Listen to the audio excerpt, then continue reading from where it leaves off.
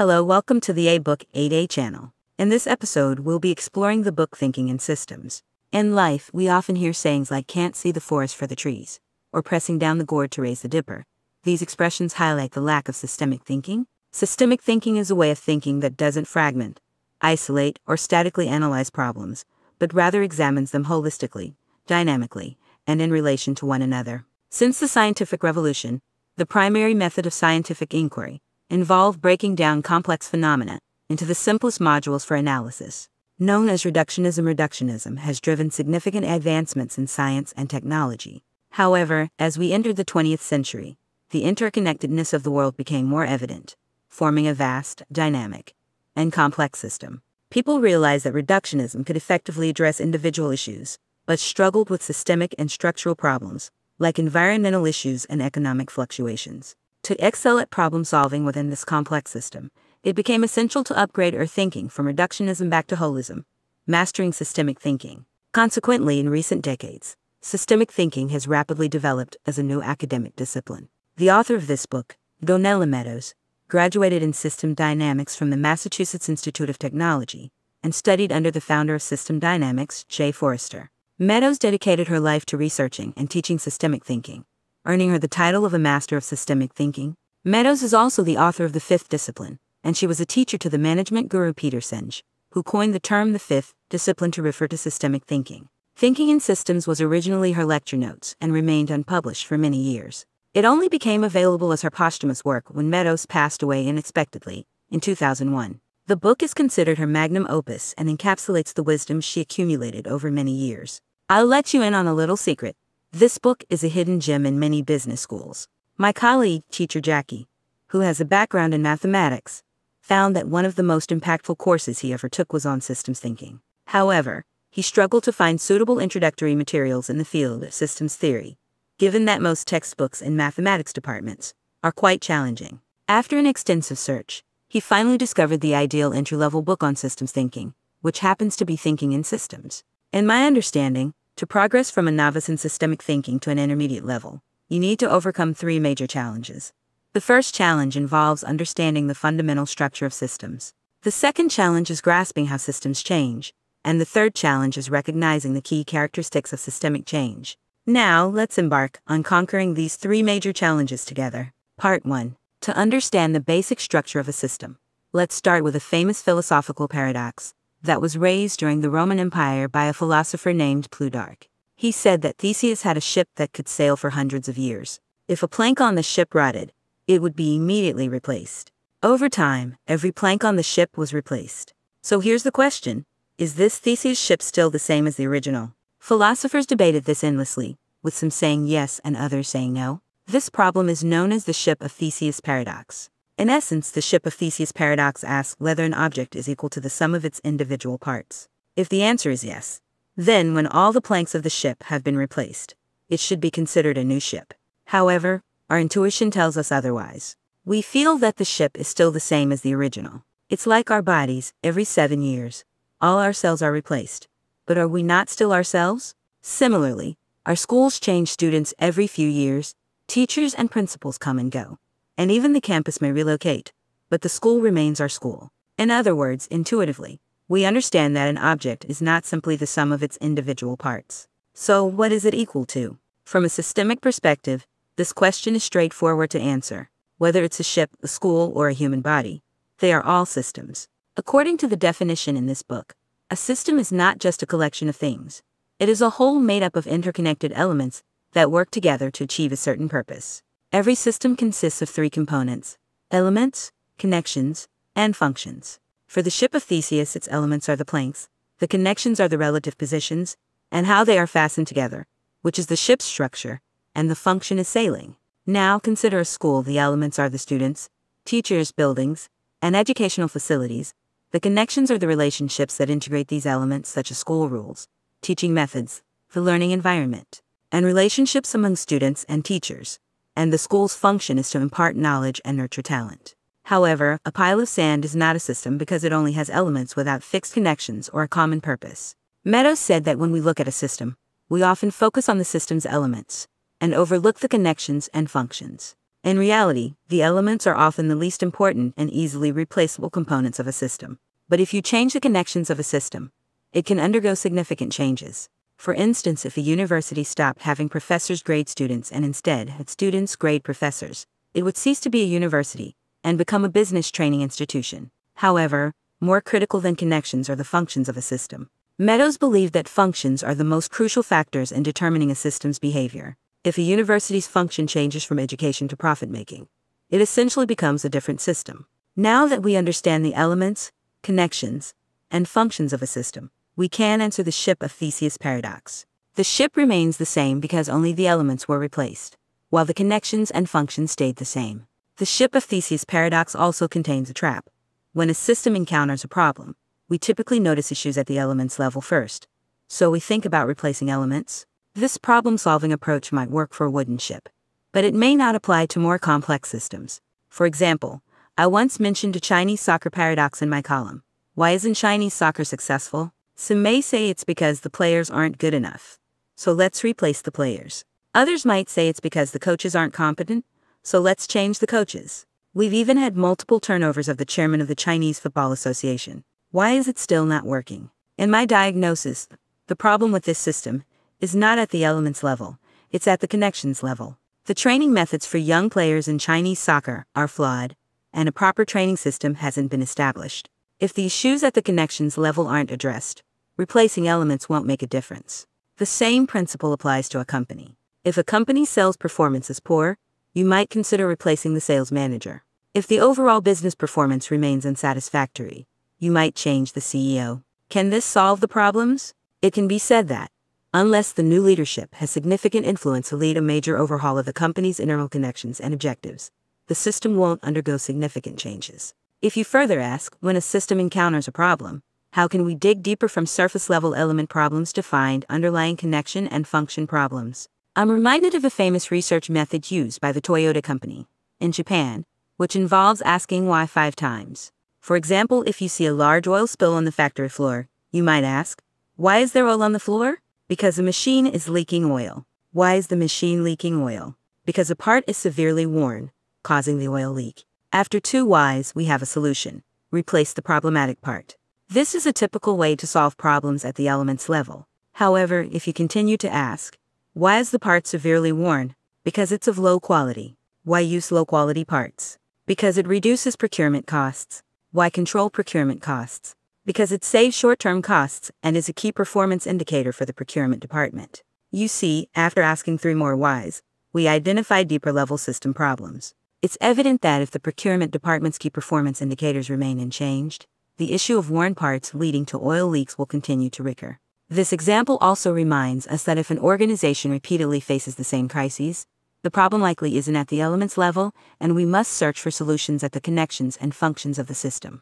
If we only address problems at the elements level, we'll become a perpetual firefighting team, never extinguishing all the fires.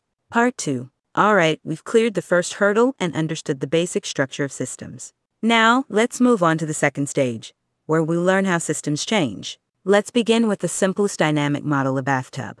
The water inside the bathtub is what we call the stock, and the bathtub has an inlet and an outlet, which are the flows of water coming in and going out. Over time, the stock changes, depending on the size of the inflow and outflow. It's evident that if we want to increase the stock in a system, there are 2 equivalent ways to do it: increase the inflow or decrease the outflow. However, Meadows discovered that we, as people, often tend to focus more on increasing the inflow and less on decreasing the outflow. For instance, if a company wants to expand its workforce, it's more likely to think about hiring more people than reducing the employee turnover rate. Reducing turnover is actually a cost-effective solution. Similarly, if I want to save more money, I'll probably spend my time thinking about how to get rich overnight instead of trying to cut down on expenses. In terms of financial freedom, which means passive income exceeds daily expenses, it's clear that there are 2 ways to achieve it: increase passive income or decrease daily expenses. Socrates once said, "The fewer our wants, the nearer we are to the gods." I believe we can translate this into, the fewer our wants, the closer we are to financial freedom. Having discussed flows, let's now look at stocks. What role does the stock play in a system? If a system has a stock, then the inflow and outflow can be relatively independent without needing to be synchronized continually. For example, with savings, Your earnings don't have to match your spending every day, ensuring you won't go hungry if you lose your job.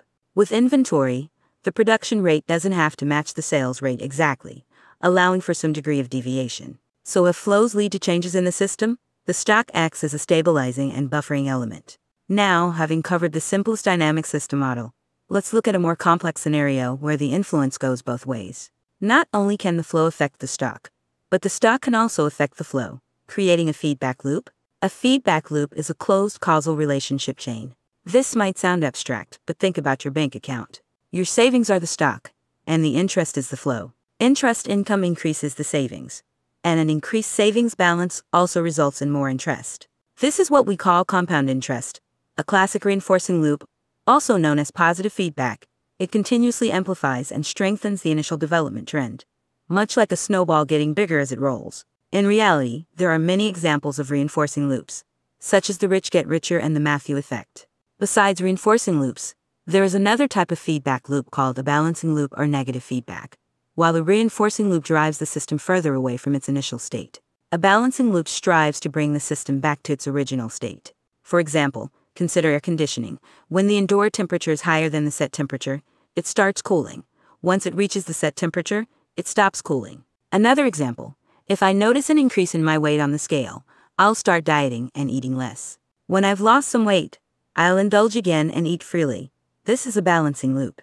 When we connect reinforcing and balancing loops in a system, it becomes interesting. Meadows mentioned that if we observe a system exhibiting exponential growth, then there must be at least one reinforcing loop within that system. Simultaneously, there must also be at least one balancing loop because in a finite environment, no physical system can grow indefinitely. Initially, a system might grow rapidly, and the balancing loop might not be apparent, as if it's not working. However, as growth continues, the balancing loop's force will overcome the reinforcing loop, gradually slowing down growth until it stops. Peter Senge in the fifth discipline referred to this as the limits to growth problem. For instance, a company might enter a reinforcing loop by increasing marketing investments, raising brand awareness, and expanding its market share.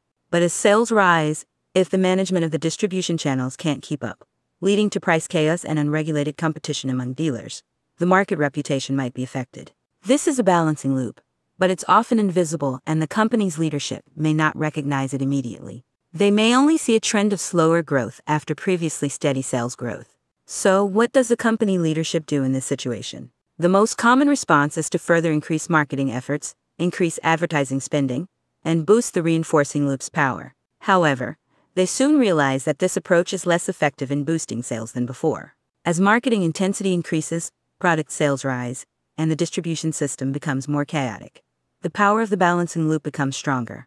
The leadership's efforts are automatically offset by the system, making them ineffective. In reality, what the leadership should do is identify the limiting factors causing the balancing loop. This might involve resolving distribution channel management issues. Once this limiting factor is addressed, the reinforcing loop will naturally regain dominance, allowing growth to continue. Of course, as a company's business develops further, new limiting factors may emerge. For instance, production capacity might not keep up, or the pace of new product development might lag. These new factors create new balancing loops. The primary responsibility of leaders is to establish at least one reinforcing loop in the company, and then identify the key limiting factors forming balancing loops at different stages of development and work on resolving those factors to break through the limits to growth.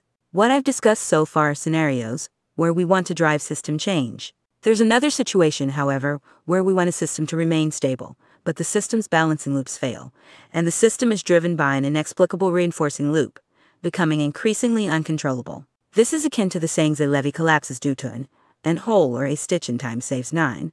Well-known examples include the broken window effect. A typical example is economic collapse. In an economic system, the balancing loop is the price mechanism. During an economic boom, prices rise, and people naturally consume less, preventing the economy from overheating. When the economy is in a downturn, prices fall, and people naturally increase consumption, preventing economic collapse. Through the price mechanism, the invisible hand of the market acts as a thermostat, keeping the economy operating within a certain range and avoiding severe fluctuations. However, sometimes the balancing loop of the price mechanism suddenly malfunctions. For instance, when people have pessimistic expectations about the future, they reduce consumption. This leads to less employment, which further fuels pessimism, causing even more reduced consumption. The system enters a dangerous reinforcing loop, ultimately resulting in economic collapse. In such cases, the focus shifts from the balancing loop to finding ways to quickly break the reinforcing loop's feedback cycle and prevent the situation from deteriorating. For example, when facing economic collapse, it requires timely government intervention to restore market confidence and break the vicious cycle of economic decline. After market confidence is restored, the price mechanism, which is the balancing loop, can once again become effective. Part 3. Great, we've crossed the second hurdle and learned how systems change. However, that's not enough. Moving on to the third stage, we need to understand a key characteristic of system change, which is feedback delay. We often hear the term real-time feedback these days. It's commonly believed that to create a learning loop, we need real-time feedback. With a learning loop, we can use a trial-and-error approach to learn and iterate quickly. However, a crucial feature of system change is that it rarely provides real-time feedback. System feedback is often delayed. When you apply an influence to a system, the results often only become apparent much later. The most typical example is population policies. Regardless of whether you implement policies to restrict or encourage childbirth, the change in population trends might only reverse after several decades. If the system has significant feedback delay, using a trial-and-error approach might not work, and it can even exacerbate the issue. Let's consider an intuitive example to understand how feedback delay occurs. Have you ever stayed in a hotel where the shower head and the water heater are far apart? When you turn the tap toward hot water, you wait a few seconds, but the water is still cold. You might think you didn't turn the tap properly, and continue turning it toward hot water. Suddenly, hot water pours out, scalding you. You quickly turn it back towards cold water, but it doesn't work, so you keep turning it. After a while, the water becomes too cold again. From this example, we can see that in systems with feedback delays, the balancing loop is easy to overadjust.